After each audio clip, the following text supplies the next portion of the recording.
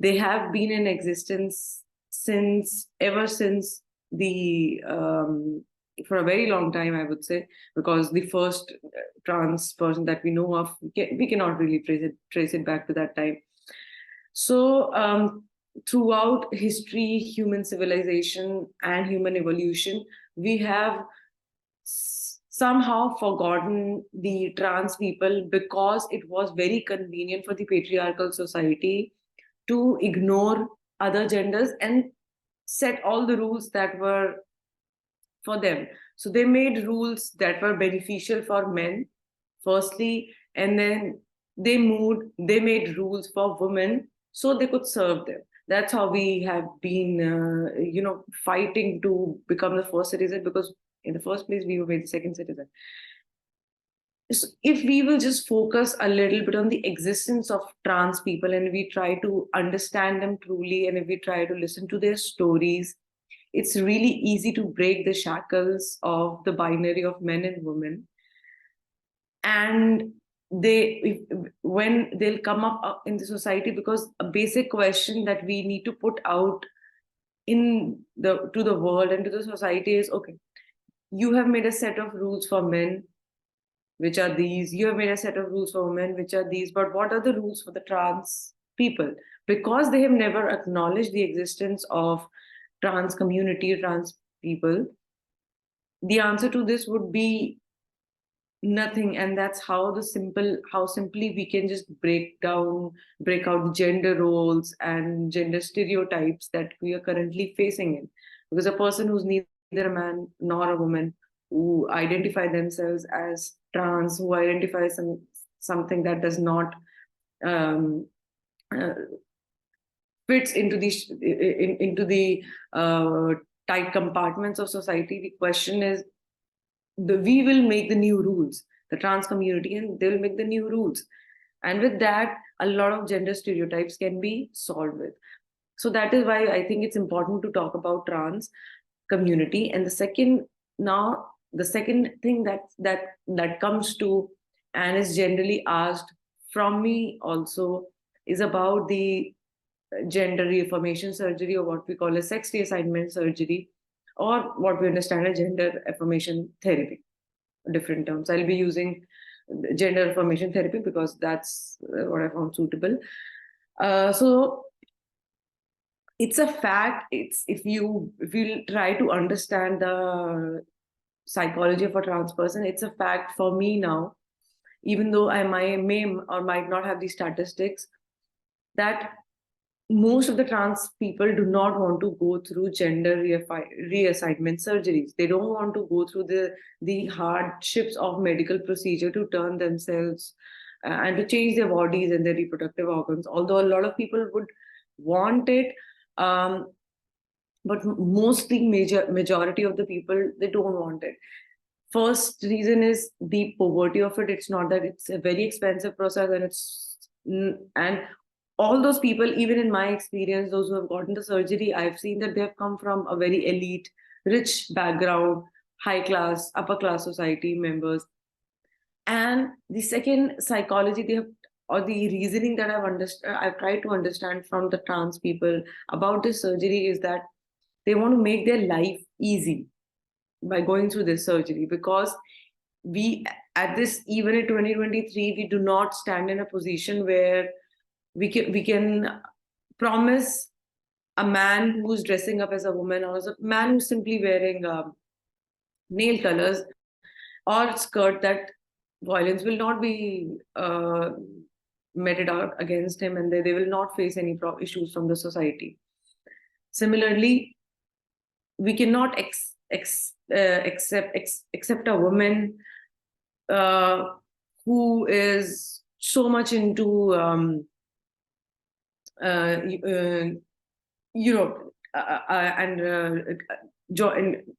assigning herself and connecting more with the male traits.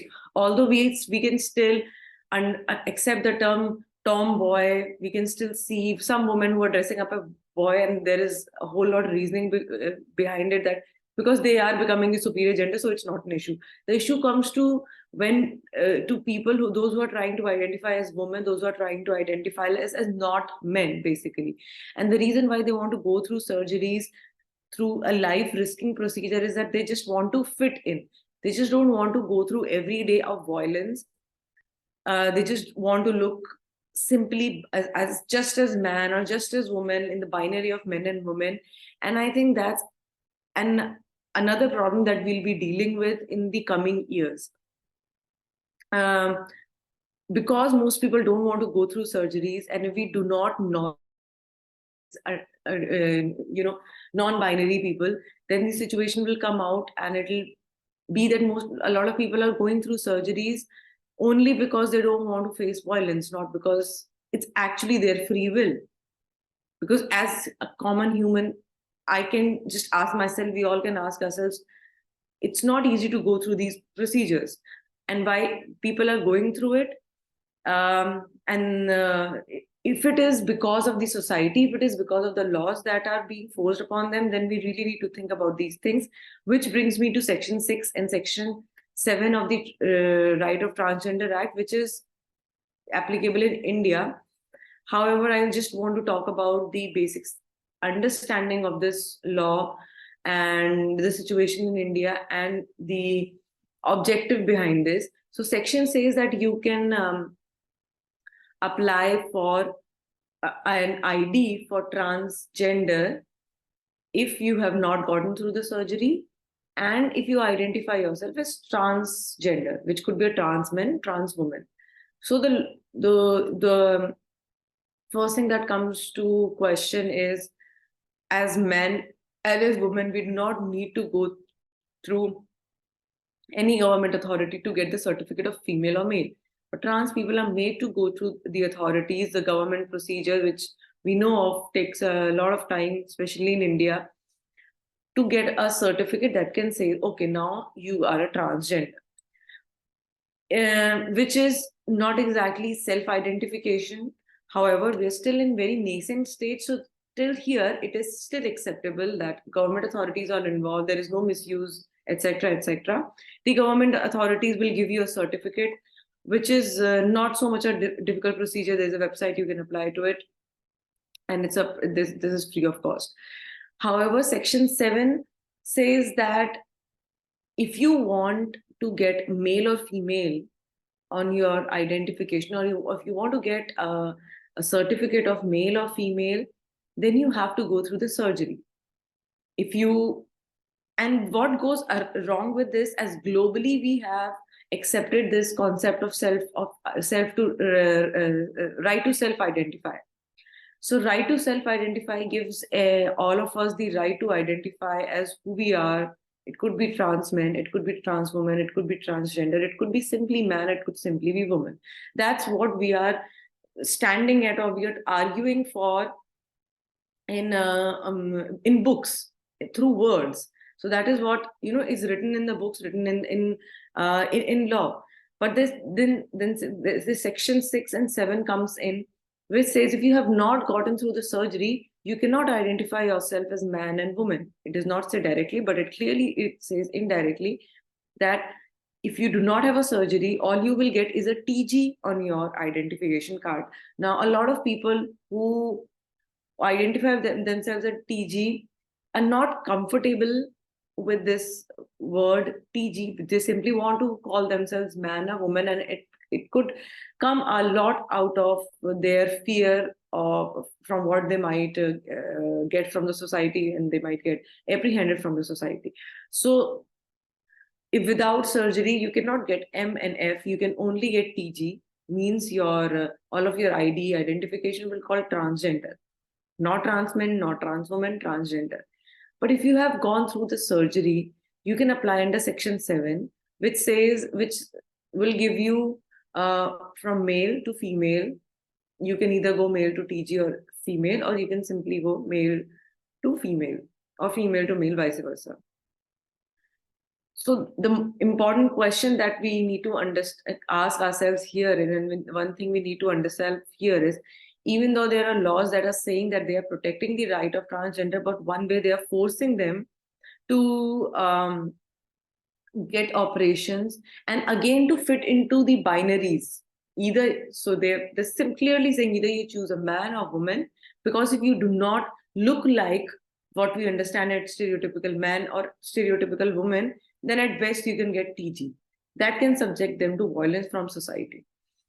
So, in recent judgment of Supreme Court, in which the Supreme Court of India has rejected to give same-sex marriage rights to the LGBTQ community, has also said the same thing, and they have very specifically used the word that now trans men can marry a woman, men can marry a trans woman, and so on.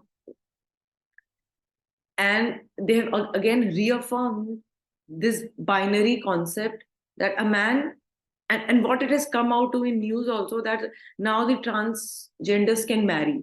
But the truth is, if a transgender who identify themselves as transgender, or in whose certificate or documents that word TG is written, even though they identify themselves as women, but without surgery they'll be at best recognized as TG, they cannot marry.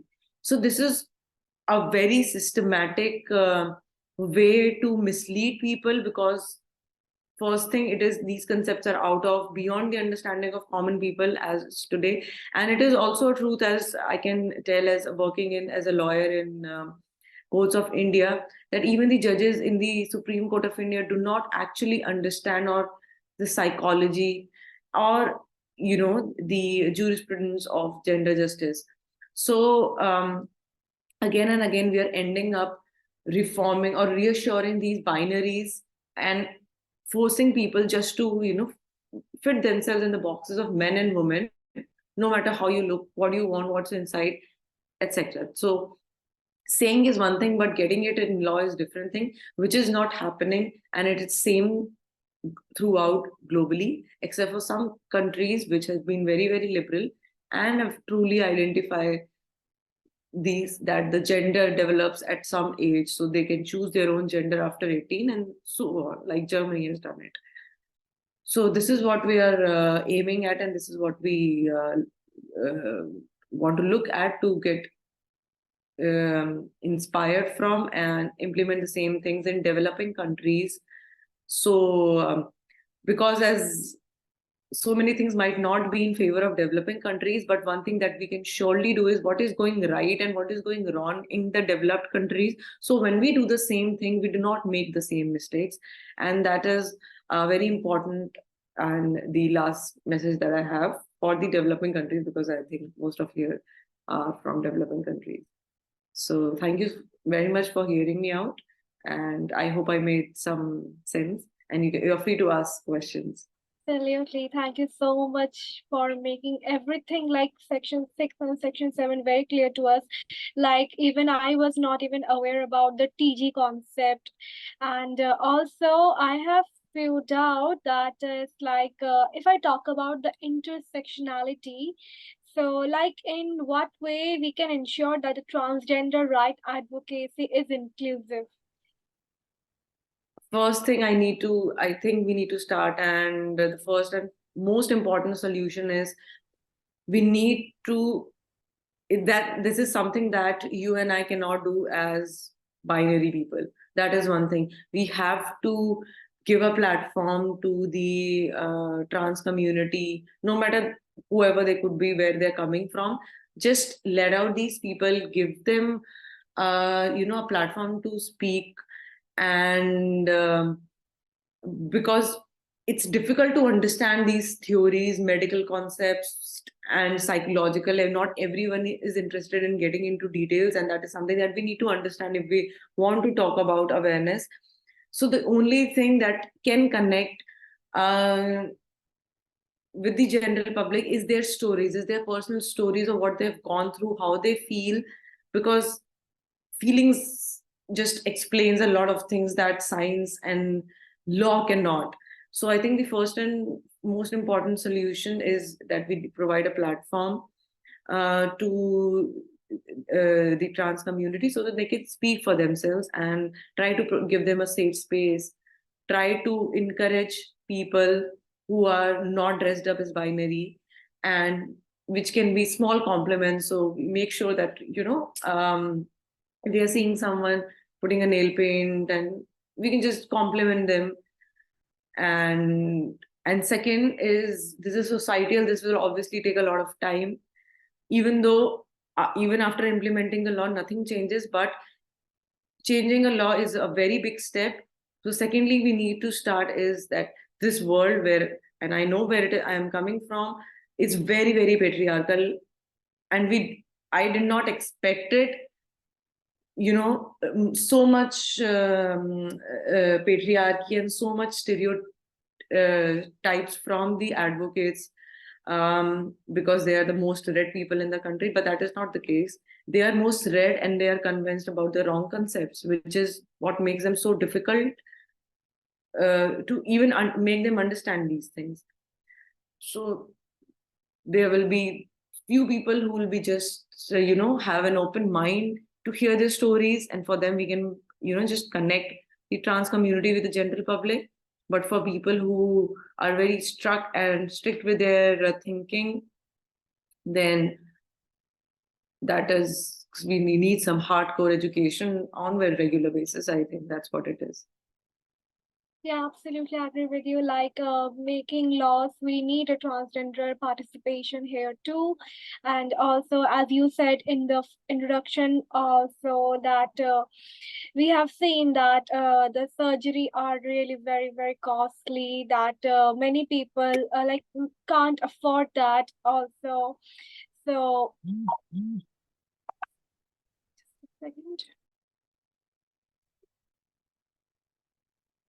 We are having shortage of time, so anyone having any question, so yes, feel free to ask.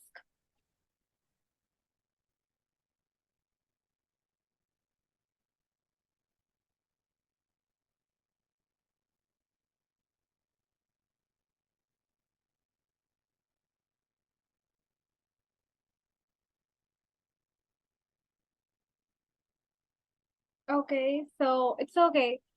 So thank you so much once again to Simran for like joining us today on our event. We are really grateful to have you, and also to all the participants for staying till two, it's I think it's 2 hours we have been continuing. So yeah, thank you to participants also, and Simran, you too also. Yeah, our next speaker is coming soon, so we will be sharing the link.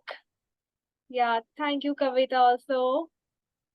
So, Simran, I would like to advise you to put your work email or Instagram ID. So, if anyone wants to reach you out, so they can easily. Sure, thank you so much, because Yeah, please write in the chat box. and I will request everyone to at least follow the non-governmental organization that we are running. Yeah, absolutely. Simran. She is a co-founder, founder of the Switcha Foundation. It's a non-governmental foundation, and yeah, it's available on Instagram. So go ahead and follow Switcha on Instagram. So yeah.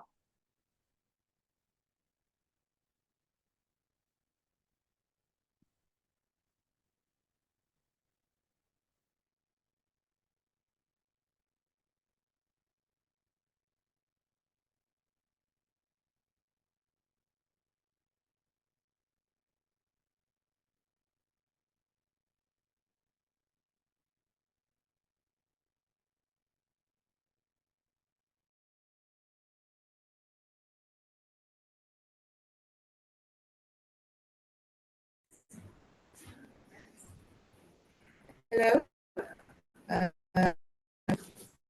So they Our are next breaking. speaker. Yeah. Yeah, our next speaker is Princess.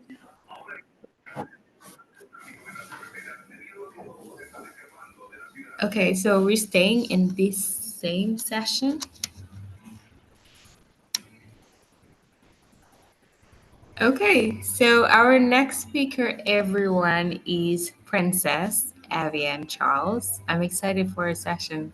Welcome, Princess. Hi. So yes, I am Princess Avian Charles. I am a worker in the field of occupational safety and health. As I work with many organizations